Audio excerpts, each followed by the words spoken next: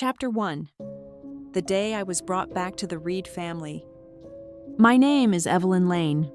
At least, that was the name I had used for the past 17 years, before I opened my eyes in this world.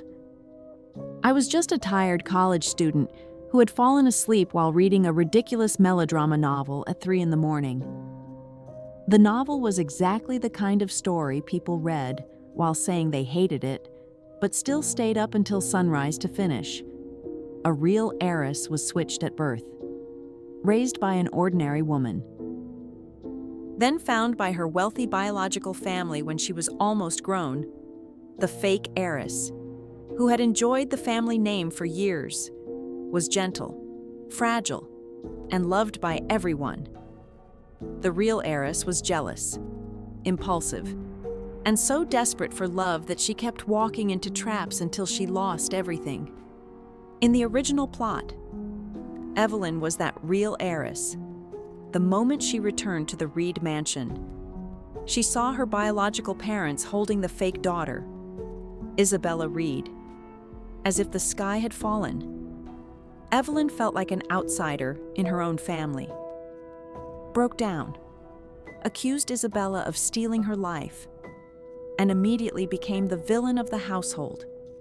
From that day on, every tear Isabella shed became evidence of Evelyn's cruelty. Every mistake Evelyn made became proof that blood did not equal upbringing. By the end of the story, Evelyn was expelled from school, abandoned by the Reed family, and left alone on a rainy night with no one willing to believe her. That was the original plot. Unfortunately for the plot, I was now inside her body. The first thing I saw was a chandelier so large it looked like it belonged in a hotel lobby. The second thing I saw was a middle-aged couple standing in front of me with red eyes and carefully restrained expressions. The man wore a dark suit, his posture straight even though his fingers were clenched. The woman beside him looked elegant and pale, one hand pressed against her chest as if she was afraid I might disappear if she breathed too loudly. Beside them stood a girl in a pale blue dress. She was slender, soft-looking, with long hair falling neatly over her shoulders and eyes already shining with tears. She held Mrs. Reed's arm like a frightened deer that had wandered into a storm. That girl was Isabella Reed, the fake heiress who had occupied my place for 17 years and the beloved heroine protected by the entire storyline. According to the novel, this was the moment when I was supposed to tremble, call them Mom and Dad in a broken voice, then look at Isabella with resentment and ask whether she intended to stay and continue stealing my parents. If I said that, Mrs. Reed would immediately feel hurt. Mr. Reed would look disappointed. Isabella would cry without saying anything, and I would receive my first official label, narrow-minded. So I lowered the old canvas backpack from my shoulder, placed it neatly beside the sofa, and bowed politely. "Good evening, Mr. Reed. Good evening, Mrs. Reed. I'm Evelyn Lane." The living room froze. Mrs. Reed had already taken half a step toward me, probably intending to hug me. When she heard how I addressed her, she stopped. Pain flashed across her face.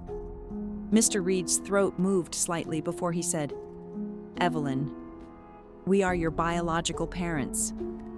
"I understand," I replied calmly. "By blood, that is true.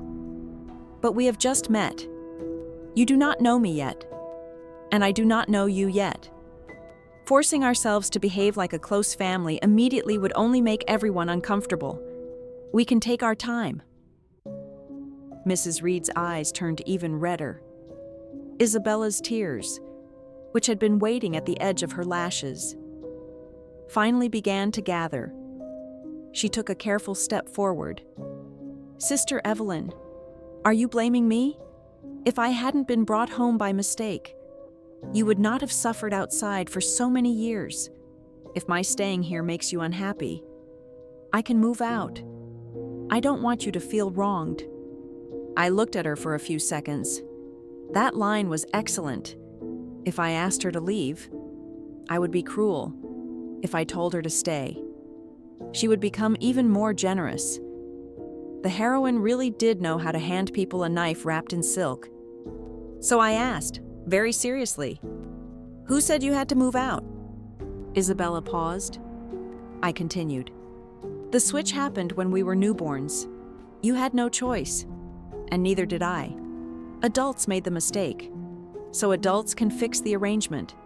There is no need to make two girls fight each other to prove who suffered more. If the Reed family can afford to support two daughters, then support two daughters. If you cannot, please say so clearly, and I will make other plans." Mr. Reed answered almost immediately, "Of course we can."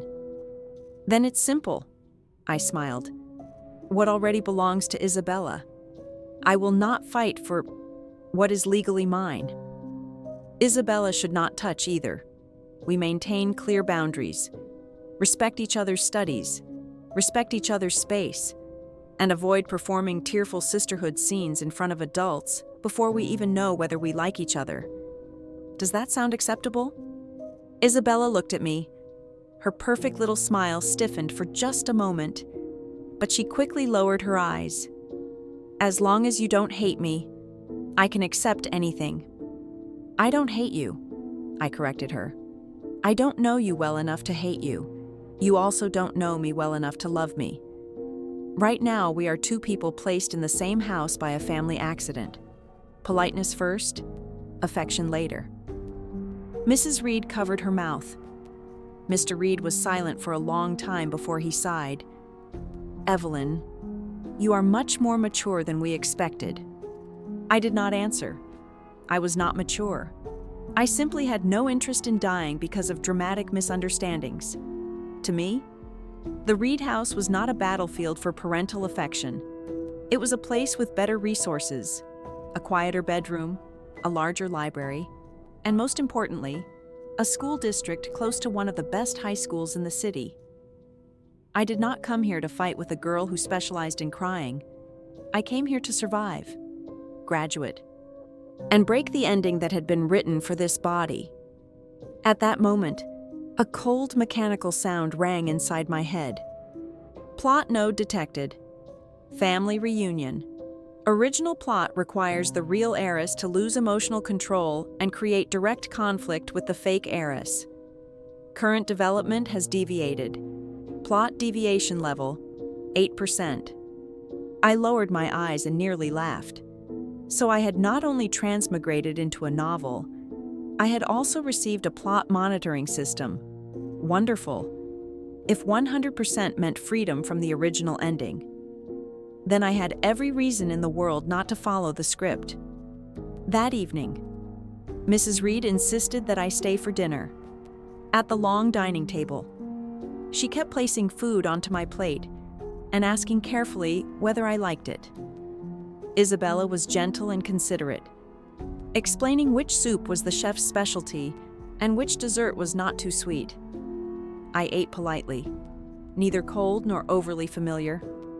When Mr. Reed asked whether I wanted to transfer schools immediately, I put down my fork and said, "Yes, but I want to see the curriculum, the latest exam papers, and the placement rules first.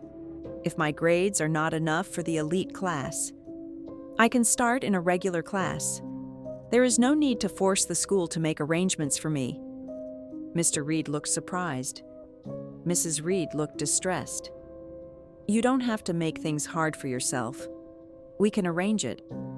"You can arrange a seat," I said, "but you cannot arrange test scores. I don't want people saying on my first day that I entered through connections. I also don't want to be placed somewhere I cannot keep up and become a joke later." Isabella lowered her head and stirred her soup. I knew what she was thinking. In the original story, Evelyn was pushed directly into the elite class because of the Reed family. Then she was accused of cheating, mocked for being academically weak, and compared to Isabella until she snapped, "This time, I said it first. I admitted my weakness first. I built my own retreat first. A person who is not afraid of losing face is very difficult to threaten with embarrassment. After dinner, I called my foster mother, Maria Lane. She ran a small tailor shop in the old district and had raised Evelyn by herself. In the original novel, Evelyn became so desperate to fit into the Reed family that she slowly distanced herself from Maria. By the time she was rejected by the Reeds and wanted to return, it was already too late. When the call connected, Maria's voice was full of worry. "Evelyn, are you okay over there?" I stood by the window of the Reed living room and looked at the perfectly trimmed garden outside. "I'm okay, but I'm still coming home this weekend for dinner. Don't close the shop early for me. I can take the bus." The other end was quiet for a few seconds before Maria laughed softly, her voice a little choked. "All right, I'll make pumpkin soup, your favorite." The system sounded again. Foster family emotional line remains intact. Original plot continues to deviate. Current plot deviation, 12%. I looked at my reflection in the glass. The face was unfamiliar, but the eyes were becoming steadier. If fate wanted me to become a villainess who went mad for family affection, then I would use every ounce of calm I had to live differently. Chapter 2. The scholarship rumor on my first day. On Monday morning, I transferred into Maple Grove Academy, a private high school that the novel described as a pressure cooker for rich kids and scholarship geniuses. My homeroom teacher was Mr. Grant, a middle-aged man with silver-rimmed glasses and the expression of someone who could detect unfinished homework from 10 feet away. He led me into Class 11A, while the students were in the middle of a timed math quiz. The classroom was so quiet that I could hear the scratch of every pencil. Mr. Grant tapped the podium. "Pause for a moment. This is your new classmate, Evelyn Lane. She will be studying with us from today." The applause was scattered. A few students looked up at me. Others clapped twice and returned to their papers. I saw Isabella sitting in the second row by the window. She smiled at me with perfect softness. I smiled back. Social performance was free. I could afford it. My seat was in the back beside a girl with short hair and thin glasses. She was solving a geometry problem with so many auxiliary lines that the page looked like a railway map. When I sat down, she did not look up. She simply moved half of her desk space toward me. The name on her notebook was Nora Chen. In the novel, Nora was a minor character who barely appeared. Known only as the cold academic prodigy of Class 11A, I immediately decided not to disturb her. The first period passed peacefully. During break, while I organized my textbooks, several girls in the row ahead leaned together and whispered, "I heard the transfer scholarship only had one slot this year, but the list suddenly changed." "Really? Who got it?" "Who else? The new girl. She just got recognized by the Reed family. Her family is loaded, and she still took a need-based scholarship. Isn't that disgusting?" "But isn't that scholarship based on both financial need and entrance scores? That's why it's strange. Who knows what method she used?" I paused. Ah, here it was, in the original plot. Evelyn was rumored to have taken a scholarship meant for a poor student. The more she tried to explain, the worse it became, and the whole class started to hate her. But in this body's memory, I had never applied for any scholarship. I had just entered school that morning. My transfer files were not even complete. A girl with curled hair sitting beside Isabella suddenly raised her voice. "Some people are really something. They already have a rich family backing them up. But they still grab resources from students who need them more. Just thinking about sharing a class with someone like that makes me uncomfortable." I looked up and met her eyes. Her name was Tessa Blake, Isabella's closest friend, and, in the original story, the person responsible for saying every ugly thing Isabella could not say herself. I looked at her for a moment and asked sincerely, "Are you talking about me?" The entire class went quiet. Tessa choked a little, clearly not expecting me to ask directly. Then she sneered, "If you think it sounds like you, what else can I say?" I nodded and stood up. "Then please be specific. Which scholarship did I take? When was it awarded? How much money was involved? Where was the official list posted? If you have evidence, I will go with you to the administration office right now. If you don't, I would like to ask Mr. Grant how the school handles defamation." Tessa's face reddened. "Don't try to scare people. Everyone heard about it." "Rumor is not evidence," I said calmly. "I also heard the cafeteria was selling lobster buns this morning, but when I went downstairs, they were still cabbage buns." Someone in the front row let out a laugh. The tension cracked instantly. Isabella stood up, her voice gentle. "Evelyn, Tessa didn't mean anything bad. Maybe everyone misunderstood because they don't know the full situation. She's only worried for the student who lost the scholarship." I turned to her. "Then do you know who that student is?" Isabella paused. "I also only heard about it." "From whom?" Her lips pressed together, and her eyes began to redden. I immediately raised a hand. "No need to cry. I'm asking for the source so we can verify it together. If the information is true, we help the student. If it is false, we stop the rumor. That is a normal way to solve a problem." Beside me, Nora Chen finally lifted her head. She looked at me with faint surprise, then lowered her eyes and continued her geometry problem as if the play before her was not as interesting as triangles. At that moment, Mr. Grant walked in to collect some documents. I immediately called out, "Mr. Grant, may I ask about the transfer scholarship?" He stopped. "What scholarship?" "Some classmates are saying I took someone else's need-based transfer scholarship. I would like to confirm whether that happened." Mr. Grant frowned. The classroom was silent. He put down his folder, called the administration office directly, and turned on speaker mode in front of the whole class. A staff member's voice came through clearly. "The transfer support scholarship has not been finalized this year. The list is still under review. Evelyn Lane has only submitted her transfer registration and has not applied for any financial aid or scholarship program." Mr. Grant ended the call and looked across the classroom. "Who started this rumor?" No one spoke.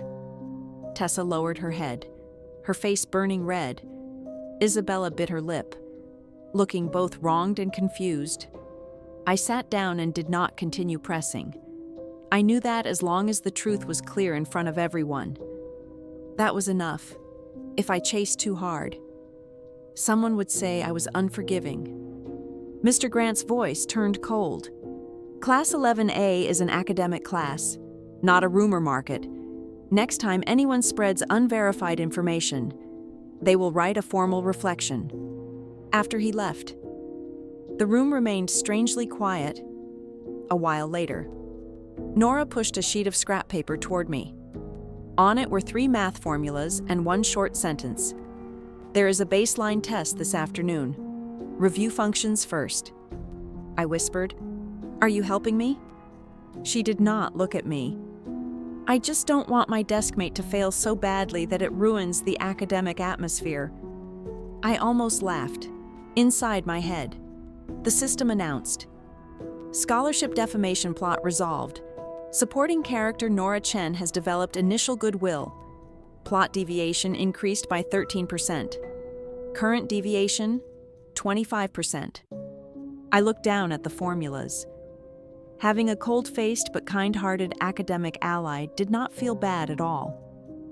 As for Isabella, I glanced toward her. She was lowering her head and wiping the corner of her eye while Tessa comforted her. This performance had failed, so she would definitely change her method. That was fine. I had time, the memory of the plot, and one very simple principle. When something can be verified, do not solve it with tears.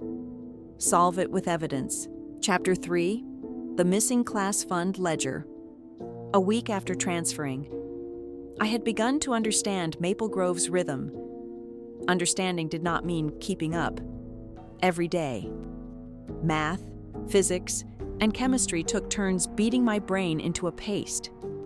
Nora, who sat beside me, did not talk much, but whenever she saw me make the same mistake 3 times, she would silently circle the error in red and write 4 words beside it. Use your brain. I was both offended and grateful, so I could only bite my teeth and study harder.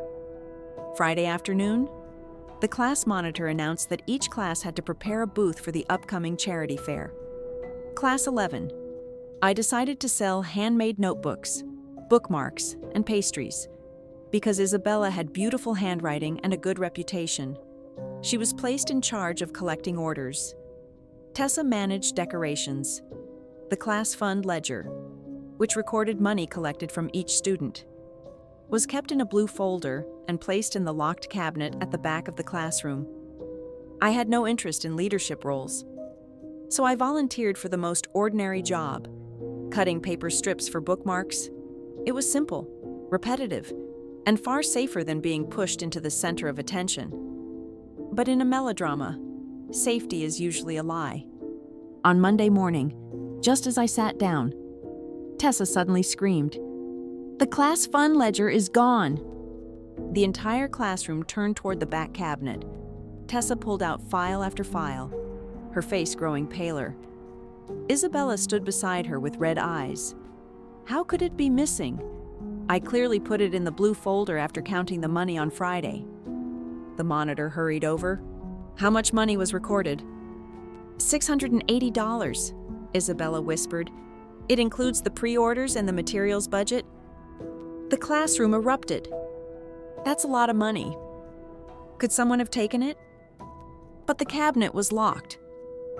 Tessa's gaze swept across the room and landed on me as if following a line already drawn in her head. She said in a sharp voice, "Someone stayed late on Friday, didn't they?" I put down my pen. If you mean me, say my name. Don't make the whole class guess. Tessa's face stiffened, but she recovered quickly. Fine. Evelyn, you were the last one in the classroom on Friday. You said you were finishing physics corrections. I was. I said, and you sit right beside the back cabinet. I sit 3 desks away from it. You could still reach it if you wanted to. I looked at her with genuine confusion. Do my arms look like noodles? Someone coughed to hide a laugh. Tessa's expression became uglier. Isabella quickly stepped forward. Tessa, don't say that. Evelyn wouldn't do something like this. Maybe the folder was misplaced. Her words were gentle, but the effect was not. If she truly believed I was innocent, she should have said that directly. Instead, she made my innocence sound like a favor she was granting me. Tessa immediately said, Isabella, you are too kind. The folder was in the cabinet. You checked it yourself. The cabinet key is kept in the drawer of the podium. Anyone who stayed behind could have taken it. I raised my hand. Question: if I stole the ledger, what exactly would I gain? The money, Tessa snapped. But you said the ledger is missing, not the money box. I pointed toward the cabinet. The cash box is still there, right? The monitor quickly opened the lower shelf and took out a small metal box. After counting, he looked stunned. The money is all here. The classroom went quiet. I asked, so the money is not missing, only the ledger is missing. Then the problem is not theft, but accounting confusion. Why would I steal a record book while leaving the cash behind? Am I planning to sell handwritten bookkeeping on the black market? This time, several people laughed aloud. Tessa's face turned red. Maybe you wanted to make Isabella look bad. She was in charge of the records. Then I would be very stupid. I said, if I wanted Isabella to look bad, I would not leave myself as the most obvious suspect. Besides, The simplest way to settle this is to check the hallway camera and the cabinet area camera. Tessa opened her mouth, then shut it. Isabella's fingers tightened around the edge of her notebook. Her eyes flickered for a second, so fast that most people would not notice. But I did. In the original novel, there had been no camera. The missing ledger incident had relied entirely on rumor, suspicion, and Evelyn's panic. But Maple Grove Academy was expensive for a reason. There were cameras at every corridor entrance, and because the back cabinet stored student property, there was a camera facing that corner too. The monitor looked at Mr. Grant, who had just entered after hearing the commotion. Mr. Grant did not waste words. "We will check the footage." 20 minutes later, the truth appeared on the classroom projector. On Friday after school, I did stay late. I sat at my desk, correcting physics problems, while Nora stood beside me and pointed at my paper like a judge delivering a sentence. At 5:30, we left together. I did not go near the cabinet. 10 minutes later, Isabella returned to the classroom alone. She opened the cabinet, took out the blue folder, flipped through it, and then seemed to hear something outside.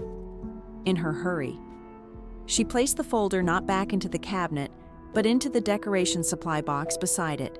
The next clip from Monday morning showed Tessa moving that same supply box to the art room without opening it. The classroom was silent. Tessa's face lost all color. Isabella looked at the screen, then quickly lowered her head. "I'm sorry. I must have been too tired and put it in the wrong place. I made everyone worry."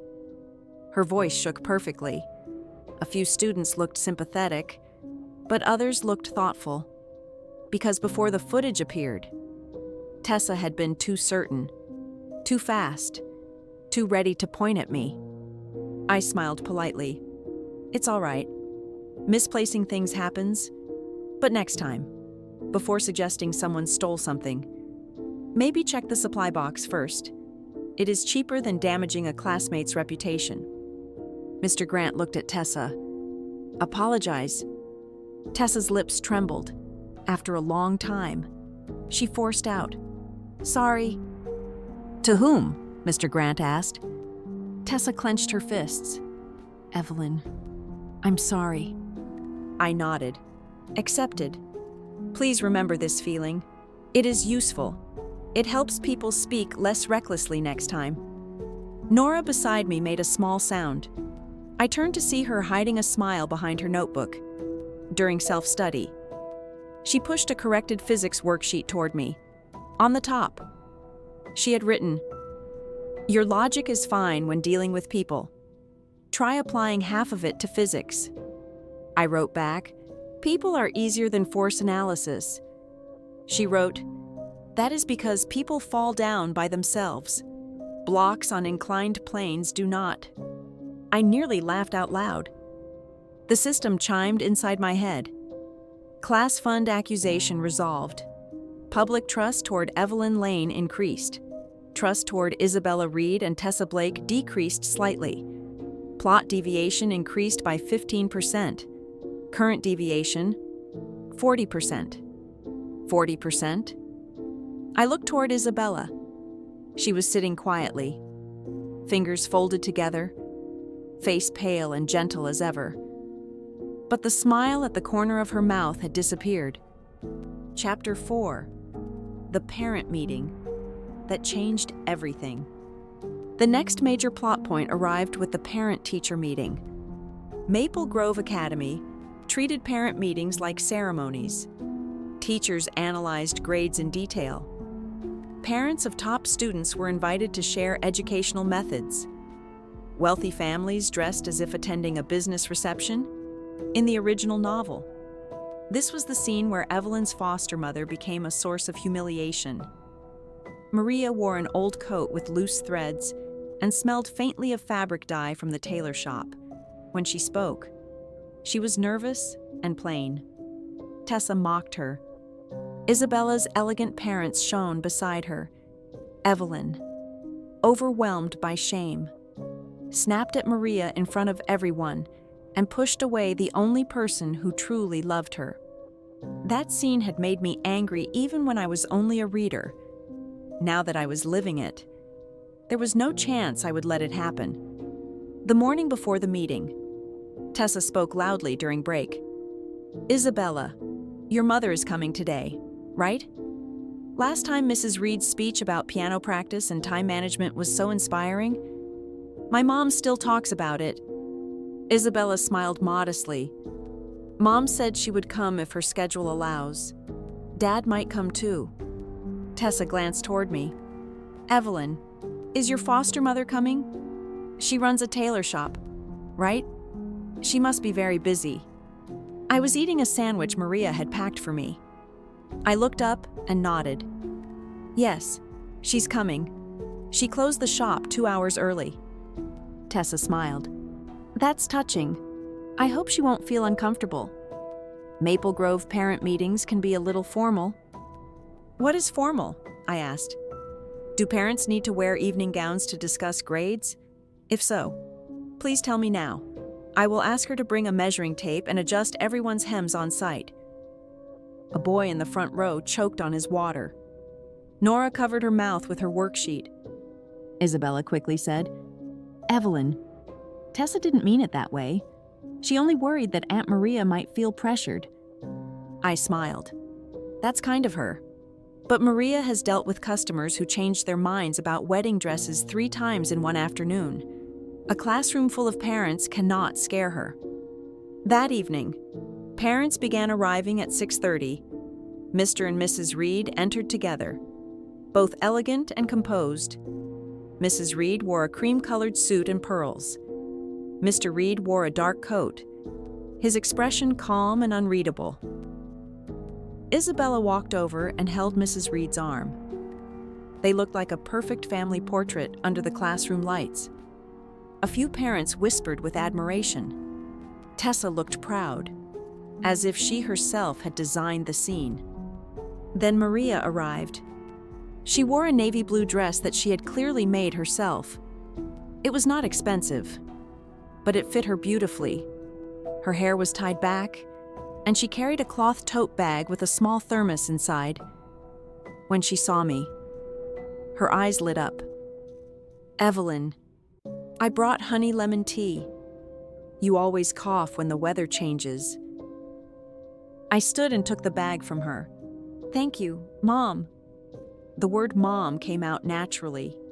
Mrs. Reed, who was sitting not far away, looked at me. Her fingers tightened around her handbag. I saw it, but I did not change my expression. A person can have more than one source of love. Love is not a chair with only one seat. Maria sat at the back, quiet and careful, but not ashamed. She listened to every teacher with serious attention and took notes in a small notebook. When the physics teacher mentioned that I had improved from nearly failing to barely passing the latest practice quiz, Maria's eyes turned red with pride as if I had won a national medal. After the grade analysis ended, Mr. Grant invited Mrs. Reed to speak as the parent of a top student. Mrs. Reed stood at the podium with grace. She spoke about discipline, exposure to art, emotional stability, and giving children the right environment to flourish. Her speech was polished and useful. Many parents nodded. Isabella sat straight, her smile gentle and humble. When Mrs. Reed finished, the applause was warm. Then Mr. Grant looked toward the back of the room. "Next, I would like to invite Miss Maria Lane, Evelyn's mother, to share a few words from another perspective." The classroom went silent. Maria froze. She pointed at herself. "Me?" Mr. Grant nodded. "Yes, please." Tessa's eyes immediately brightened with the expression of someone waiting for a show. Isabella lowered her head, but the corner of her mouth curved faintly. I turned to Maria and whispered, "You can say anything. Don't be nervous." Maria stood up, smoothed her dress, and walked to the podium. She held the edge of the desk with both hands and smiled awkwardly. I don't know much about education. I didn't go to a famous school, and I can't help Evelyn with advanced math. So if I say something clumsy, please don't laugh. No one laughed. Maria took a breath. When Evelyn was little, she was very stubborn. If she wanted to learn something, she would sit there until midnight. If she couldn't understand a problem, she would get angry at herself and refuse to eat. I used to run a sewing machine late into the night, and she would sit beside me doing homework. Sometimes she fell asleep on fabric scraps. Sometimes she woke up with thread stuck to her face. A few parents smiled softly. Maria continued. I could not give her many things. I could not give her piano lessons or expensive tutors. I could not even always give her a quiet room, because the shop was small and customers came in and out. But whenever she came home, I tried to make sure there was hot food. When she cried, I listened. When she failed a test, I told her failing one test did not make her a failed person. When she did well, I told her I was proud. But I also told her she did not need to be perfect for me to love her. The classroom grew still. Maria's voice trembled, but she kept speaking. Later, the Reed family found her. I knew they could give her more than I could. Better school, better house, better future. I was happy for her, but I was also afraid. I was afraid she would feel she had to choose. So I told her, go if you want to go. Stay if you want to stay. If you become Miss Reed, I will still be your mother. If you come back tired, my door will still be open. I don't have educational methods. I only know that a child should not have to earn a place to come home. The room was completely quiet. Maria wiped her eyes quickly and laughed at herself. That's all.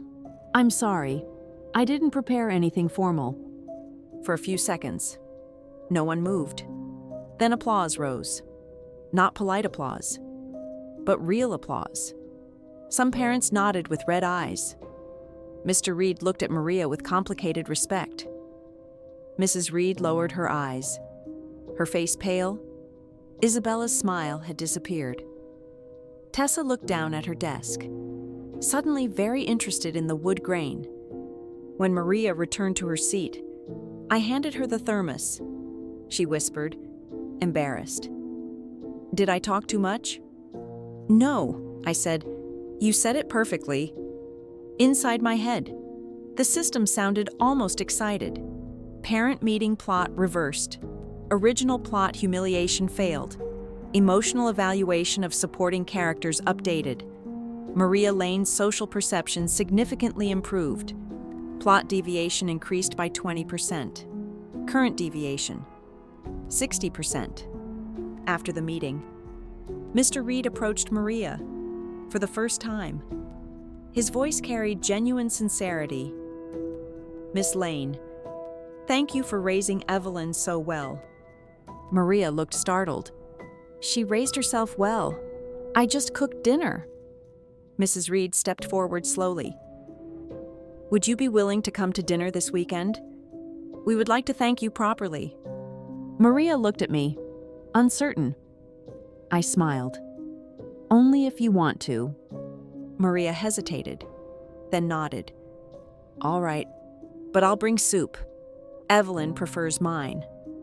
For the first time that evening, Mrs. Reed gave a small, genuine smile. Then I would like to learn. I looked at the two women standing there.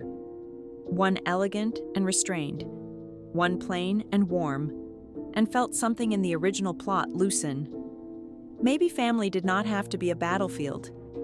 Maybe the problem had never been that there were too many people to love me. Maybe the problem was that the original story had insisted love must be fought over like a prize. Chapter 5. The Charity Fair Performance. The school charity fair arrived 2 weeks later. Every class prepared booths, games, and a short stage performance. Class 11. A decided to perform a modern fairy tale called The Glass Crown. Isabella was naturally chosen as the princess. She had taken dance lessons for years, spoke clearly, moved gracefully, and looked fragile enough for the role. Tessa played the jealous lady-in-waiting, which felt less like acting and more like excellent casting. The original plot had required Evelyn to participate as a side character. She would forget her lines, freeze on stage, and become the joke of the evening. Isabella would save the scene with a tearful improvisation and receive thunderous applause. Evelyn, humiliated, would accuse Isabella of setting her up, and everyone would think she was jealous. This time, when the arts committee asked whether I wanted a role, I refused so quickly that the committee member blinked. "I can handle props," I said. "Please do not give me lines. I am still trying to memorize formulas. If you make me memorize dialogue too, one of them will die, and I'm afraid it will be physics." The committee member accepted immediately. Even Nora nodded in approval, as if I had made the most rational decision of the semester. Isabella did not give up. During lunch, she came to my desk with a gentle smile. "Evelyn, working backstage is tiring. I can ask them to give you a small role. You don't have to be nervous. I can practice with you." I looked up from my physics notes. "No need. You already have the lead role. Focus on being the princess. If you spend too much time worrying about me, people may think you are trying to control the entire production." Her expression stiffened slightly. "I only wanted to help." "I know," I said sincerely. "That's why I'm helping you too. I am removing myself from the stage so you can shine without worrying about me." Nora, beside me, turned a page of her book with unusual force. I suspected she was trying not to laugh. Rehearsals continued. Isabella was indeed good. Her lines were smooth, her expressions delicate, and when she cried as the abandoned princess, several girls watching rehearsal actually sniffled. If she had used her talent for honest performance, I might have admired her. Unfortunately, she kept trying to drag me into the frame. On Thursday afternoon, during the final rehearsal, I was backstage checking wooden swords and foam decorations. Isabella came over in her costume, the long silver skirt brushing the floor. "Evelyn, can you help me check the clasp on the back? It feels loose." I glanced once. "It's secure. But I feel like it's slipping." She turned, then suddenly stepped back. Her heel hooked under a coil of cable on the floor. She gave a soft cry and fell toward me. I was crouching beside a box of props, out of pure survival instinct. I shifted sideways. Isabella missed me and fell onto a padded crate. It made a dull thud. Her eyes immediately filled with tears. "Evelyn, why did you dodge?" I stood and dusted my hands. Reflex. My mom taught me that if something falls toward you, you move away first and ask questions later. Basic survival. Several students rushed over. Tessa glared at me. "You did that on purpose. If Isabella gets hurt before tomorrow's performance, what are we supposed to do?" I pointed upward. "There is a camera in the backstage corner. We can check whether I pushed her, whether she tripped, or whether gravity simply continued existing." Tessa froze. Isabella quickly tugged her sleeve. "Forget it. Tessa, it was my fault. I wasn't careful." Her voice lowered just enough for those nearby to hear. "Even if Evelyn still dislikes me, she probably didn't mean it." The sentence was soft, wounded, and poisonous. After she limped away, Nora appeared beside me with a stack of programs. She hooked the cable herself. I turned. "You saw?" "My eyesight is excellent," Nora said. "Also, she acts too much." I grinned. Academic prodigy and drama critic. Impressive. The official performance took place Friday night. The auditorium was full. The Reed parents sat in the front row. Maria came too, wearing the navy dress she had made. Clapping before the curtain even rose. I stood backstage, managing props and quietly making sure every risky corner had foam padding, if the plot wanted a fall. I preferred a soft landing. The play went smoothly until the final scene. Isabella, as the princess, was supposed to walk toward the glass crown, lift it, and forgive the kingdom that had abandoned her. The lights were warm, the music swelled. She looked beautiful under the spotlight. Then, just as she stepped near the edge of the stage, her foot pressed deliberately onto the front of her own skirt. Time slowed. She swayed, cried out, and fell forward toward the edge of the stage. Below her were spare props, metal stands, and a sealed water crate. If she really hit the floor, she might not be badly injured. But the scene would become chaos. More importantly, I was standing below and to the side, close enough to be blamed, far enough not to have touched her. But I had been waiting for a plot like this. The moment I saw her foot press the fabric, I grabbed the thick foam mat beside me and threw it toward the landing spot. It slid perfectly into place half a second before Isabella fell. She landed on the mat with a heavy thump, unharmed but completely stunned. Her hair loosened. Her expression blanked out for a moment. Not like a princess, but like someone whose trap had landed in the wrong place. The auditorium burst into noise. Teachers rushed forward. The lights came up. Mrs. Reed stood so fast her chair nearly tipped. Mr. Reed's face turned dark. Maria pushed through the side aisle, calling my name first, then looking relieved when she saw I was fine. The school nurse checked Isabella quickly and confirmed she was not injured, only frightened. Isabella's tears finally fell. "I'm sorry. I stepped on my dress by accident." Tessa suddenly pointed at me and shouted, "It was Evelyn! I saw her! She pushed Isabella!" Every eye turned toward me. I looked at her calmly. "I pushed her from 3 meters away? With what? My secret telekinesis?" Tessa's eyes were red. "You were jealous because she was the lead. You already tried to hurt her backstage yesterday." Isabella sobbed at just the right time. "Tessa, don't say that. Maybe Evelyn didn't mean to." I sighed, walked to the sound booth, and asked the student technician, "Can you replay the full stage camera from the last 30 seconds? The technician looked at Mr. Grant. Mr. Grant's face was cold. "Play it." The footage appeared on the large screen. It was painfully clear. Isabella finished her line, stepped forward, paused for a fraction of a second, then lifted her foot and pressed it firmly onto her own skirt. As she fell, her hands moved not randomly but in a controlled angle, as if she had already practiced how to land dramatically.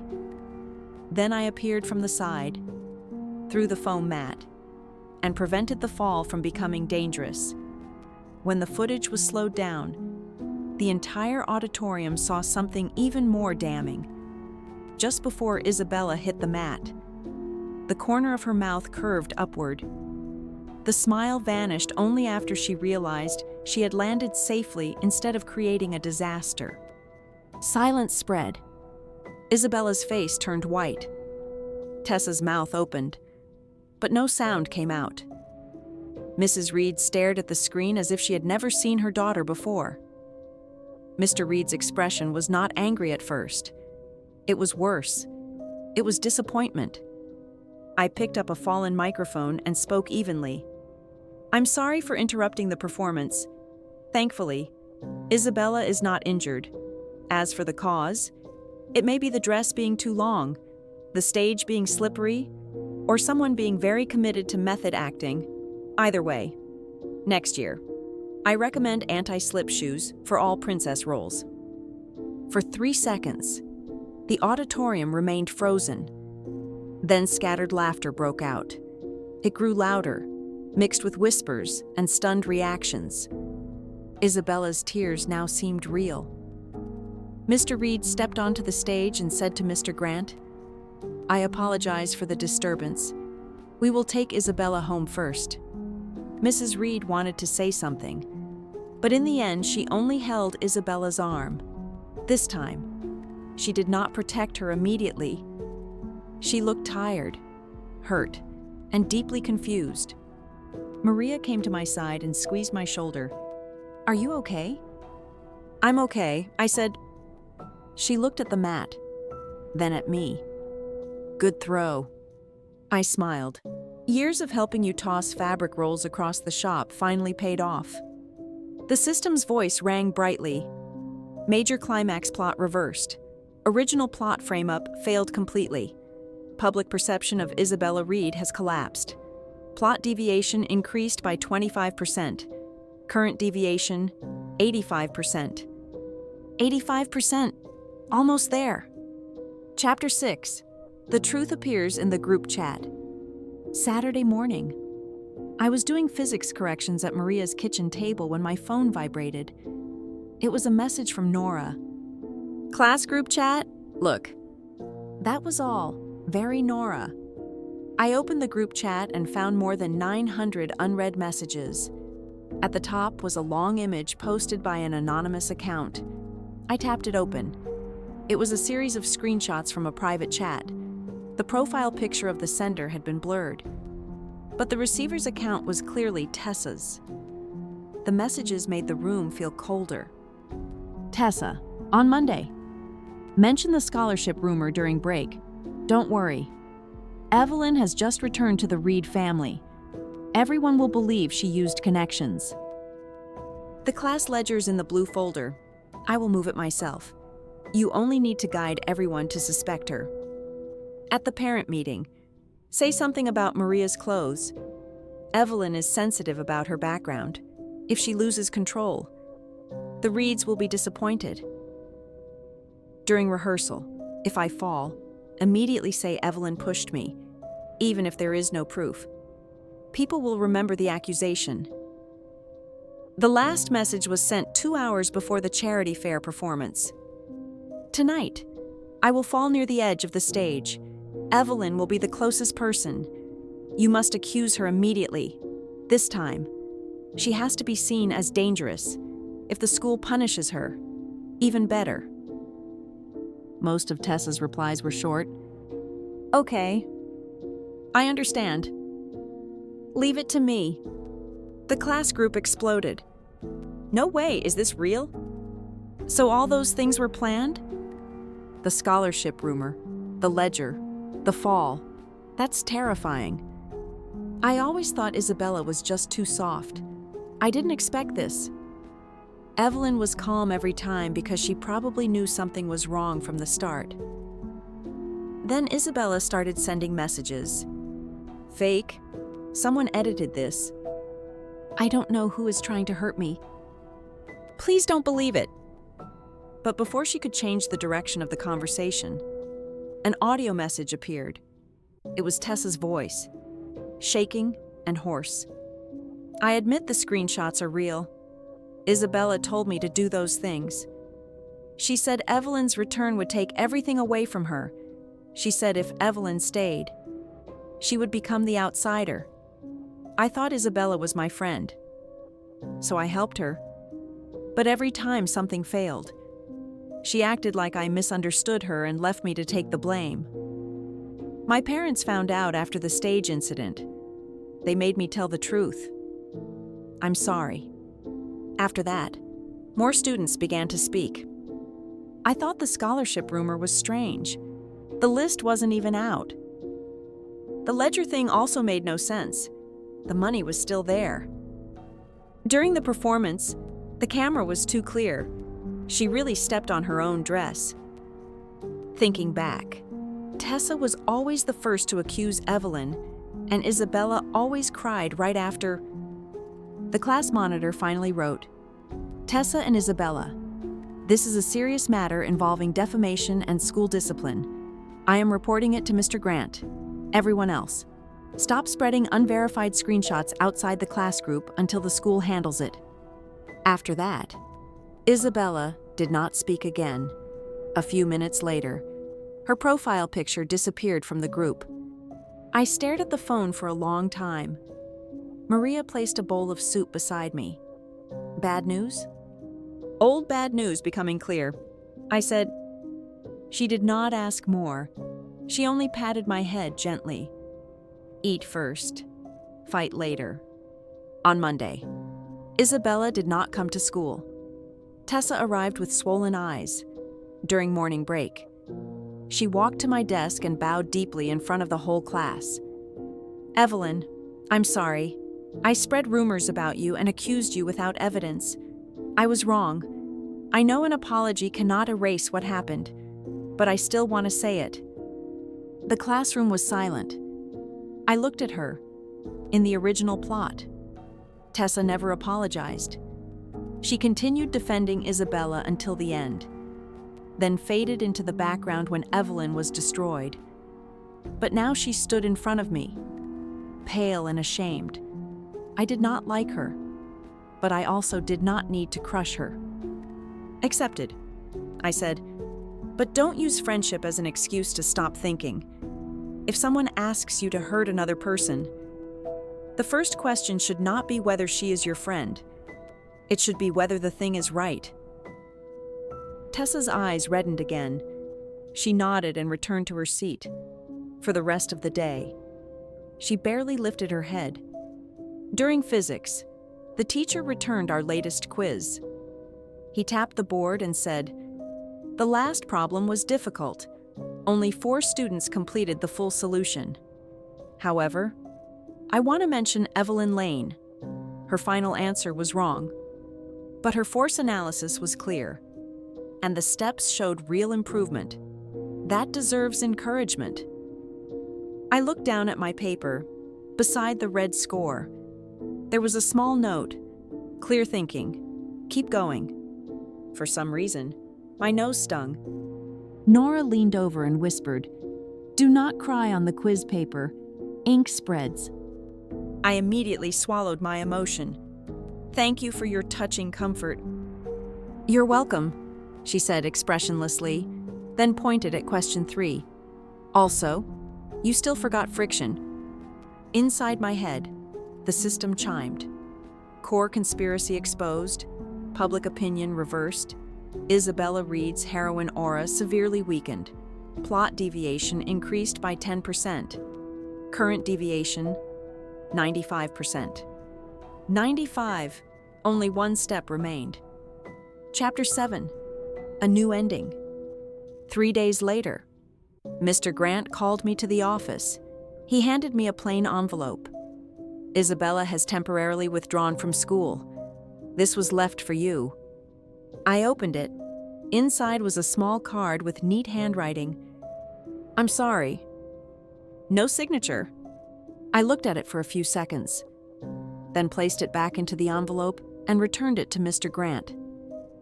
"Please handle it however the school thinks appropriate." He watched me for a moment and nodded. "That may be best." When I walked out of the office, sunlight filled the corridor. My phone vibrated. It was a voice message from Maria. I tapped it, and her warm voice filled my ear. "Evelyn, I bought fresh pumpkin today. Come home early. I'm making soup." I smiled and typed back, "I'll be there." At the school gate, Mr. Reed's car was waiting. He rolled down the window. He looked tired, but his eyes were gentler than before. "Evelyn, do you have time this weekend? Your mother wants you to come home for dinner. Maria is invited too, of course." I paused, then nodded. "I'll ask her." Mr. Reed's shoulders seemed to relax. "Good. Your mother wants to learn that pumpkin soup recipe." That weekend, Maria came to the Reed house carrying 2 bags of ingredients and absolutely no sense of inferiority. Mrs. Reed stood in the kitchen wearing an apron for what looked like the first time in her life. Flour dusted one side of her sleeve. When she saw us, her eyes reddened, but she smiled quickly.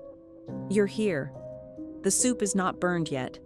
I think Maria immediately walked over. "Let me see. Pumpkin soup should not boil too hard. It becomes grainy." Two mothers stood side by side in the Reed kitchen. One teaching, one learning. Mr. Reed hovered near the door, trying to help and mostly getting in the way. I stood in the hallway and watched the scene. It was awkward, imperfect, and far warmer than the original ending had ever allowed. During dinner, Mr. Reed served me vegetables twice. Mrs. Reed asked about school without pressing too hard. Maria told stories from the tailor shop and made everyone laugh. No one mentioned Isabella until dessert. Then Mrs. Reed put down her spoon and said softly, "She is staying with my sister for a while. We will arrange counseling. What she did was wrong. We should have seen her fear earlier. But that does not excuse hurting you." I was quiet for a moment. I don't need everyone to hate her for my sake. Mrs. Reed looked up. I continued, "But I also don't want everyone to pretend nothing happened. If she comes back one day, I hope it is because she wants to live her own life, not because she wants to take mine." Mr. Reed nodded slowly. Maria placed a piece of bread on my plate. Silent support as always. That night, as I sat by the window of my room in the Reed house, the system appeared for the last time. Final plot node resolved. Original heroine Isabella Reed has exited the central conflict. Evelyn Lane has maintained foster family bond, gained school trust, and established independent family boundaries. Plot deviation has reached 100%. Congratulations. The original ending has been broken. A new life is now open. The mechanical voice faded after that. No fireworks, no grand reward, no glowing portal back to my old world. Only silence, moonlight, and the sound of my phone buzzing. It was Nora. "Tomorrow after school, 1 hour of physics review. Do not be late." I smiled and typed back, "Yes, Professor Chen." She replied, "Also bring your brain this time." I laughed so hard that Maria knocked on my door from the hallway and asked whether I was finally going crazy from studying. I told her no, not yet. Senior year arrived faster than expected. Isabella eventually returned to the Reed family, but she did not come back to Maple Grove.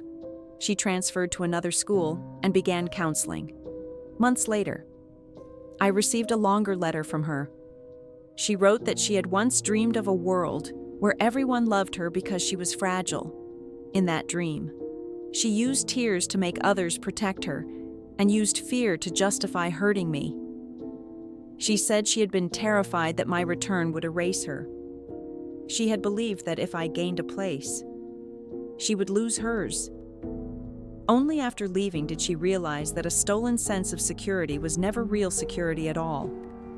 The last line was simple. "I am sorry, Evelyn, not because I was caught, but because I finally understand what I did."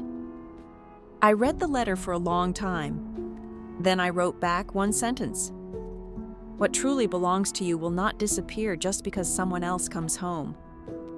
I did not know whether that counted as forgiveness.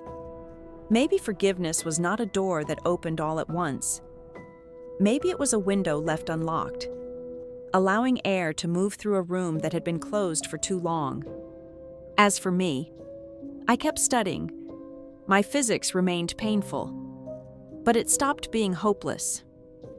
Nora stayed my deskmate and continued destroying my pride with red pen marks. Maria still made soup whenever the weather changed. Mrs. Reed slowly learned to ask before giving. Mr. Reed learned to show up without making a speech about it. The Reed house no longer felt like a stage where everyone waited for me to perform the role of a tragic real heiress. It became, slowly and carefully, a place where I could enter without holding my breath.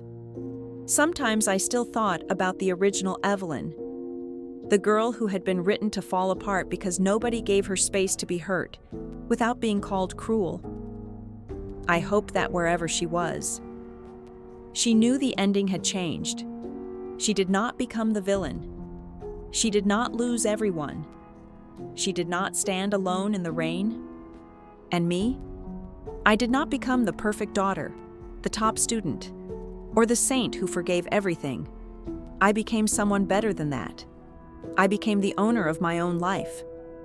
Thank you for listening to today's story. If you enjoyed it, don't forget to like, comment, and subscribe. I'll see you in the next story.